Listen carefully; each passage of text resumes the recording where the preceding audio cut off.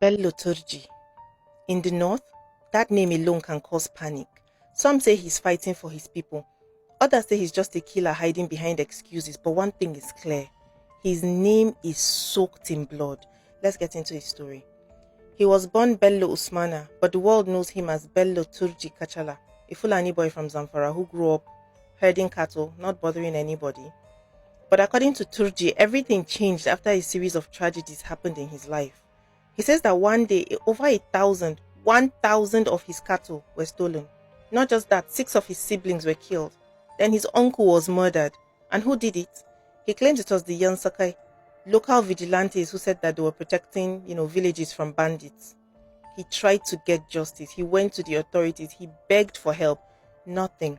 Nobody helped. And that silence, that anger, it pushed him into banditry. And from there, the story turned dark fast. By his early 20s, Bello Turji had transformed into one of Nigeria's most dangerous and most wanted men. He wasn't just robbing people, he was organizing mass killings. In Sokoto, his men attacked a market in Goronyo. They opened fire in broad daylight. 50 people gone. In Sabon Birni, they stopped a passenger bus, poured fuel on it, set fire to it with everybody inside. Over 30 people were burned alive. In January of 2022, multiple villages in Zamfara were attacked. Over 200 people were unalived in a few days. Men, women, children. Turji said that those villages were supporting the vigilantes that came after his family. So he retaliated. And he did not stop there. Turji started acting like a mini governor in the bush. He was collecting taxes. Yes, actual tax from entire villages. One group of communities in Sokoto said he demanded 22 million naira from them, just so that they could live in peace, so that he doesn't attack them. He had almost turned into a politician in the bush. But here is where it gets complicated. Turji doesn't hide. He doesn't deny what he has done.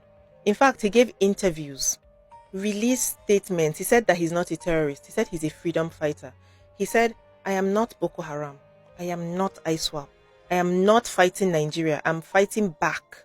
According to him, the Fulani are being hunted and ignored, and nobody cares until they retaliate. To him, everything that he has done is simply revenge.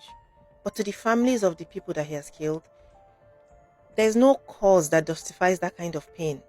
The Nigerian army sees him as a monster. They've been hunting him for years. They've called him deranged. Airstrikes have hit his camps multiple times.